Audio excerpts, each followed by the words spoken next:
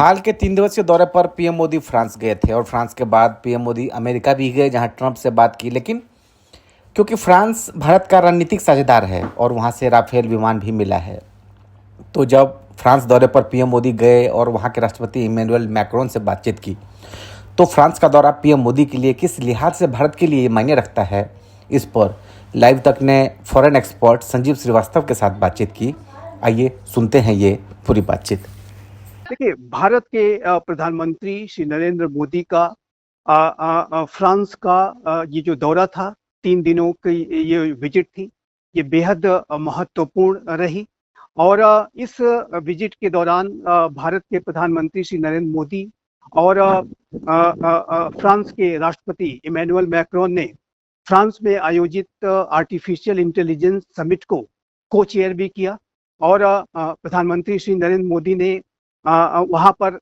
AI summit के दौरान assembled हुए विश्व के शीर्ष नेताओं और अनेक टेक्नोलॉजी के सेक्टर के जो बड़े उद्योगपति, बड़े जो सीईओज के को संबोधित किया। उनकी प्राइम मिनिस्टर मोदी की जो टेक इंडस्ट्री से जुड़े हुए सीईओज के साथ एक विशेष बैठक भी हुई। और उस समिट के संबोधन के दौरान भारत के प्रधानमंत्री श्री नरेंद्र मोदी ने आर्टिफिशियल इंटेलिजेंस के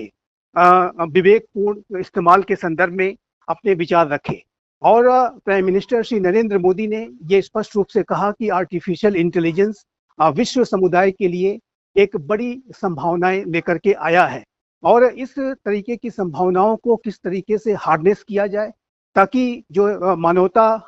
इसका आर्टिफिशियल इंटेलिजेंस का जो इस्तेमाल है वो अपने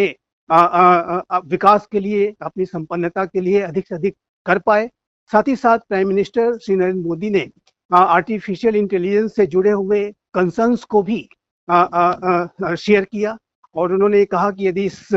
बड़ी टेक्नोलॉजी, एडवांस टेक्नोलॉजी का इस्तेमाल विवेकपूर्ण तरीके से नहीं किया जाता है तो ये थ्रेट भी साबित हो सकता है, पूरी मानवता के वो संकट में भी डालने की स्थिति पैदा कर सकता है। और जाहिर है कि उनका जो फोकस था वो आर्टिफिशियल इंटेलिजेंस के सम्यक और विवेकपूर्ण इस्तेमाल की तरफ था, और जिससे कि मानवता बड़े तरीके से लाभान्वित होगी। और जाहिर है कि उन्होंने ये जो विचार हैं, ये जो अपना विजन है आर्टिफिशियल इंटेलिजेंस को लेकर के, वो विश्व समुदाय के साथ इस समिट के माध्यम से साझा किया। और इस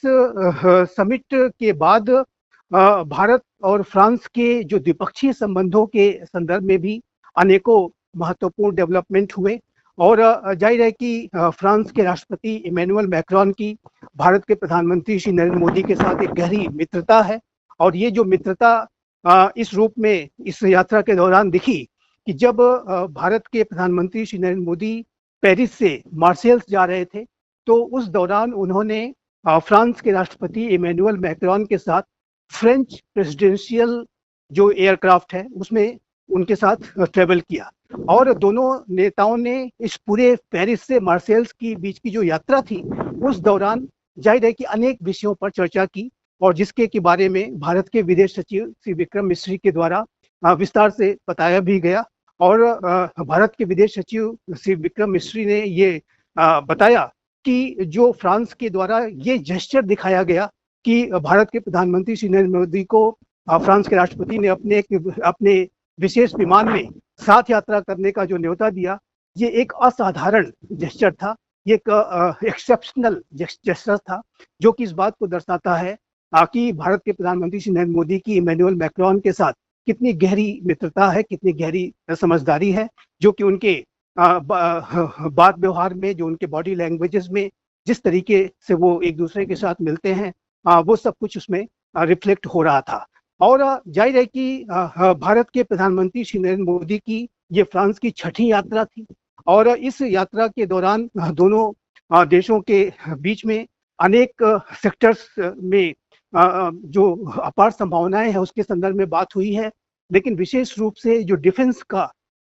जो सेक्टर है, स्पेस, न्यूक्लियर एनर्जी और ट्रेड से संबंधित कई महत्वपूर्ण अन्य जो सेक्टर्स हैं, और जाहिर है कि उसमें आर्टिफिशियल इंटेलिजेंस का जो एक विशेष जो सेक्टर है उसके ऊपर गंभीर बातचीत हुई है। और आने वाले समय में भारत और फ्रांस के बीच की ये जो रणनीतिक साझेदारी है, जिसको कि 25 वर्ष से भी ज़्यादा हो चुका है, वो और अधिक प्रगाढ़ और मजबूत होगी। जहाँ तक डिफेंस के सेक्टर की बात है, तो भारत और फ्रांस के बीच में पहले से ही ये जो डिफेंस की जो पार्टनरशिप है, वो गहरी और प्रगाढ़ हुई है। हाल के वर्षों में भारत ने फ्रांस से 36 जो रफेल फाइटर जेट्स हैं, वो एक्वायर किए हैं। 2 स्क्वाड्रंस ऑफ रफेल जो हैं, वो भारत में आ चुके हैं और उसको यथोचित जगहों पर उसका डिप्लॉयमेंट भी हो चुका है। और उससे भारत का जो डिफेंस पोस्चर है, जो भारत की पोजीशन ऑफ स्ट्रेंथ है, वो एडवर्सरीज के विरुद्ध सशक्त और मजबूत हुई है। और इससे फ्रांस की और भारत की जो रक्षा की जो भागीदारी है, वो और अधिक प्रगाढ़ हुई है। और आने वाले समय में इस बात की भी प्रबल संभावना है कि भारत जो अपने एयरक्राफ्ट कैरियर्स के लिए जो रफाल जो एम जो विमान है फ्रांस के, उसको अपनी संस्तुति दे सकता है, उसके ऊपर अपनी मुहर लगा सकता है। हालांकि इस यात्रा के दौरान रफाल एम के बारे में कोई ज़्यादा कोई घोषणा नहीं की गई, लेकिन इस संदर्भ में जो बातचीत की जो प्रक्रिया है, वो चल रही है और रफाल एम के एक टॉप कंटेंडर के रूप में वो देखा जाता है। साथ ही साथ जो स्कॉर्पियन जो पनडुब्बियां हैं, उसकी 3 जो अन्य जो पनडुब्बियां हैं, उसको भारत एक्वायर करने की जो प्रक्रिया है, उसमें भी प्रगति हो रही है और उसको भी दोनों नेताओं ने एक्नॉलेज किया और उन्होंने इस बात की प्रशंसा की कि इसमें भी प्रगति की जा रही है। साथ ही साथ जो भारत और फ्रांस के बीच में जो न्यूक्लियर एनर्जी को हार्नेस करने से संबंधित जो विषय पर भी प्रगति इस यात्रा के दौरान हुई, जिसमें कि दोनों देशों ने एक स्मॉल मॉड्यूलर रिएक्टर और एडवांस्ड मॉड्यूलर रिएक्टर के संबंध में एक सहमति व्यक्त की है। और इस संदर्भ में भी अब दोनों देश साझा तरीके से कार्य करेंगे। और भारत में जो फ्रांस के सहयोग से जो एक विशाल जैतापुर न्यूक्लियर पावर प्लांट बनाया जा रहा है, उस संदर्भ में भी जाहिर है कि प्रगति को दोनों नेताओं ने रिव्यू किया है। और अब जाहिर है कि भारत और फ्रांस के बीच में जो न्यूक्लियर एनर्जी को किस तरीके से हार्नेस किया जाए, जैतापुर का जो न्यूक्लियर पावर प्लांट है, उसको अधिक तेज गति से उसको कैसे जल्द से जल्द उसमें और अधिक प्रगति आए, इसके बारे में भी दोनों देशों के नेताओं ने बातचीत की। और न्यूक्लियर एनर्जी का जो फील्ड था, वो भी एक विशेष रूप में इस पूरी यात्रा के दौरान सामने आया। और उसके साथ साथ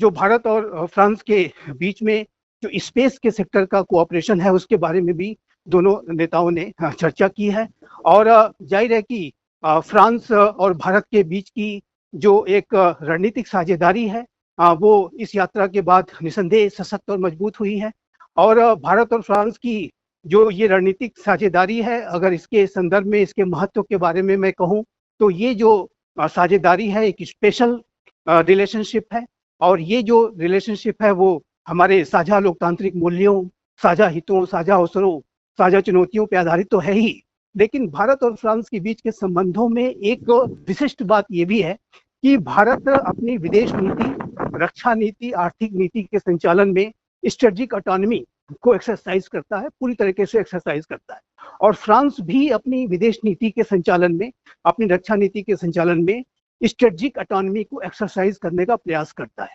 फ्रांस भी एक स्वतंत्र तरीके से विश्व के विषयों पर विचार करता है। और ये जो एक स्वतंत्र विदेश नीति को अपनाने का जो एक व्यवहार है, जो कि फ्रांस की विदेश नीति में दिखता है और ये भारत की विदेश नीति में पूरी तरह से दिखता है, तो ये भी जो एक एलिमेंट है, स्ट्रेटेजिक ऑटोनॉमी का जो एलिमेंट है, वो भी भारत और फ्रांस को नजदीक लाता है। और एक ऐसे समय में कि जब पूरे विश्व में एक रणनीतिक अनिश्चितता बढ़ रही है, महाशक्तियों के बीच में हथियारों की होड़ बढ़ रही है और एक नए शीत युद्ध की स्थितियां बन सकती हैं, इस तरीके की भी आशंकाएं लगातार रहती हैं। ऐसे में भारत और फ्रांस जैसे राष्ट्रों का एक जिम्मेदारी भरी, विवेकपूर्ण, बुद्धिमत्तापूर्ण और स्वतंत्र विदेश नीति के आधार पर चलने का जो अप्रोच है, ये पूरे विश्व के लिए, पूरी मानवता के लिए एक एसेट साबित हो सकता है। और भारत और फ्रांस ने समय समय पर इस बात को प्रूव किया है कि जो है भारत और फ्रांस एक क्रिटिकल समय में पूरे विश्व को नेतृत्व प्रदान कर सकते हैं। जैसे कि इस संदर्भ में मैं अवश्य चर्चा करना चाहूंगा,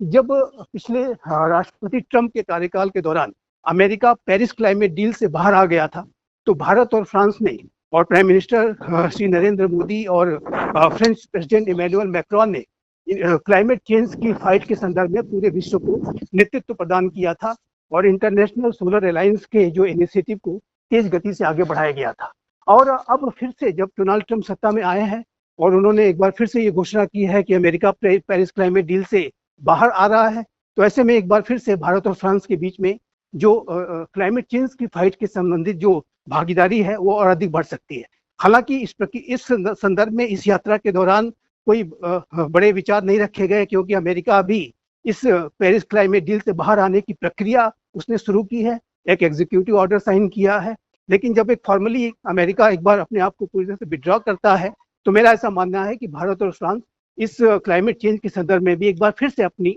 ग्लोबल लीडरशिप को दिखाएंगे। और इस संदर्भ में भी आगे मैं भविष्य में भी प्रगति होने की संभावना भारत और फ्रांस के बीच में देखता हूँ। और जाहिर है कि अगर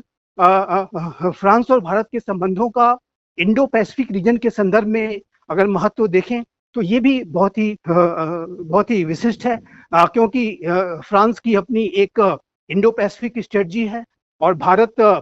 इंडो पैसिफिक रीजन का सबसे महत्वपूर्ण लोकतांत्रिक राष्ट्र है। और जाहिर है कि इंडो पैसिफिक रीजन 21वीं सदी में पूरे विश्व का सबसे महत्वपूर्ण क्षेत्र है। इस क्षेत्र में अपार संभावनाएं मौजूद हैं। विश्व की सबसे बड़ी लगभग 60% की आबादी यहाँ रहती है और पूरा जो इंडो पैसिफिक रीजन है उसमें अपार जो है नेचुरल रिसोर्सेस मौजूद हैं। जाहिर है कि ये जो पूरा महत्वपूर्ण जो क्षेत्र है, इसमें एक